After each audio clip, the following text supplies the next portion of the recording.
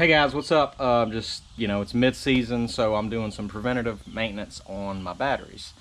And as you can see, I run two 36 volt lithiums paralleled. You get pretty much twice the power. You never have to worry about energy. And I actually run two AGMs paralleled for my cranking and electronics. Now, why do I run this setup? Two reasons. Number one, the lithiums, two paralleled like that, I never have to worry about energy. I could probably run up to 3 days on a trolling motor on that and never have to worry about it. And then the AGMs, I run two paralleled because, I want to make sure I never have a problem with running all of my Lowrance electronics, my power poles, aerators, live wells, everything like that, never have to worry about it. Now you ask, why would I not run lithiums for my cranking as well? That's just a personal preference. The only reason I do that is because the Skeeter FX20s and all their hole designs are specifically engineered to run with 320 pounds of batteries in the rear end of it. And when you take all that weight out, I lost 220 pounds by putting lithiums in it. It just wasn't allowing the boat to really get up on pad to get the full speed. So I lost a little bit of speed, but I compensated with that by running two AGMs parallel. Gives me more power, gives me a little more weight in the back end, and I'm able to get my speed back.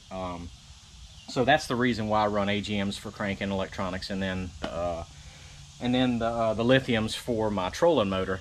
Now I know there's some prop things you can do, so I may run all Lithium Pros next year. Lithium Pros has been absolutely great to me, and we'll see if we can't get the performance back, with some pitch adjustments in my prop and stuff for next year. So that's why I run that. Now, the preventative maintenance part, very key. Again, now, what I do is I come through here and I actually take off all my terminals for my AGMs, put a voltmeter on there. They should be running mirror to each other as far as voltage. I just took them off. I'm running like 12.9 volts on both of my batteries, put it all back on to make sure they're doing the same thing.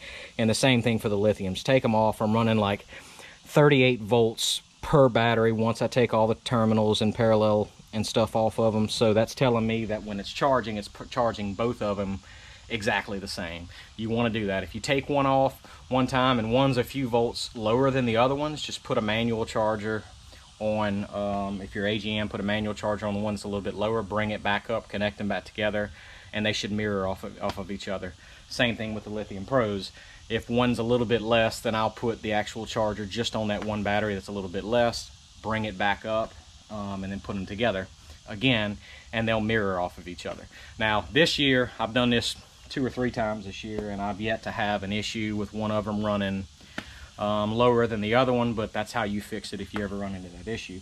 But this is a way you can catch an issue before it becomes a problem on the water and you kind of get stuck. But that's why specifically I run Lithium Pros and AGMs in my boat. Both of them are going to give me all the power I need, again, to run all of my Lowrance electronics. You've got all your 3 Lowrance live units, live wells, aerators, recircs, oxygenators. We've got power poles, everything. I can run these things all day along with my trolling motor.